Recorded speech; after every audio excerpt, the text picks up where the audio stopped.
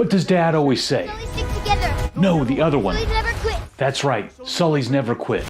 What sustains you when the world feels stripped bare? Is it faith, tradition, or something else? Let me know in the comments. Hey, this week, Avatar, Fire and Ash. Let's see.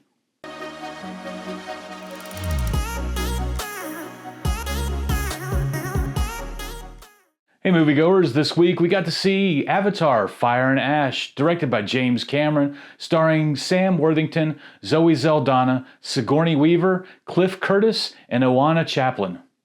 So in Avatar, Fire and Ash, James Cameron delivers a story that is as much about belief as spectacle, following the Sully family through grief, faith, and resilience against a new fiery ash people. James Cameron budget for Avatar, Fire and Ash was $400 million. And to put that in context, the original Avatar came in at $237 million and The Way of Water was at $350 million. There's some high expectations for this one. As a matter of fact, this needs to clear $1.2 billion to break even. Ooh, good luck with that. With a budget like that, don't you ask yourself, what are the main expenses on a movie like this? The biggest hitter is the visual effects and CGI, followed closely by advanced motion capture rigs, including underwater systems, and they do pay off. And the third biggest expense was extended shooting schedules across multiple stages. I do know they cut a couple of corners combining the filming of 2 and 3. My personal take, Avatar, Fire and Ash is extremely colorful, visually stunning, and Cameron's artistry is undeniable. But honestly, Avatar is not really my cup of tea, and it feels almost sacrilege to say that. But this 3.5 hour runtime, it was tough on me, man. And the last hour, I was struggling to stay awake.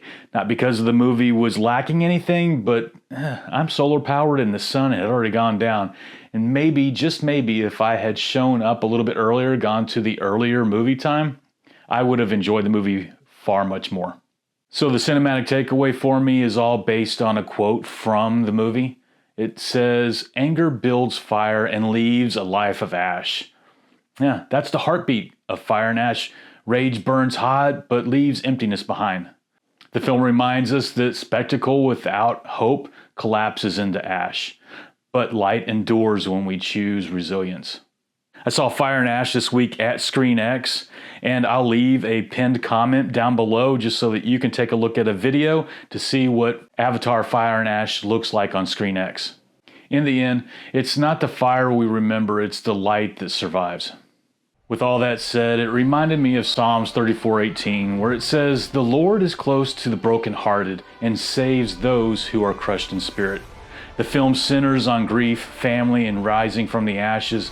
This verse mirrors that arc: sorrow, resilience, and renewal.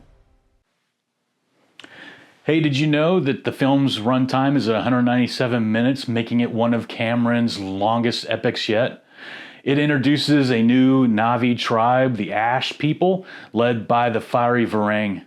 The budget exceeds $4 million, continuing Cameron's tradition of pushing cinematic technology to its limits. Man, now you know.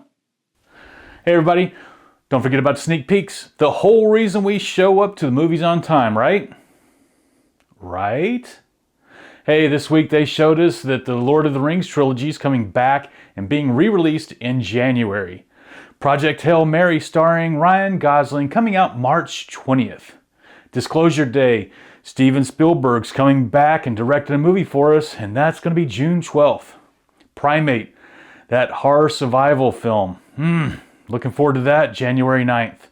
We got Digger, a dark comedy starring Tom Cruise. And I'm trying to think, might have to do a little research. Has he ever done a dark comedy? Either way, that's coming out October 2nd. We got Send Help, Sam Raimi's survival thriller, January 30th, and Avengers Doomsday. Avengers Doomsday? How about Avengers Doomsday? And there was a wink and a nod in that trailer. Steve Rogers is coming back. Yes.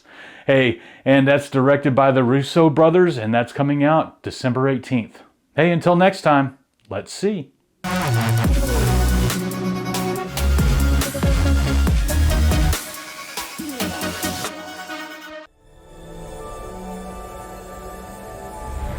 The strength of the ancestors is here.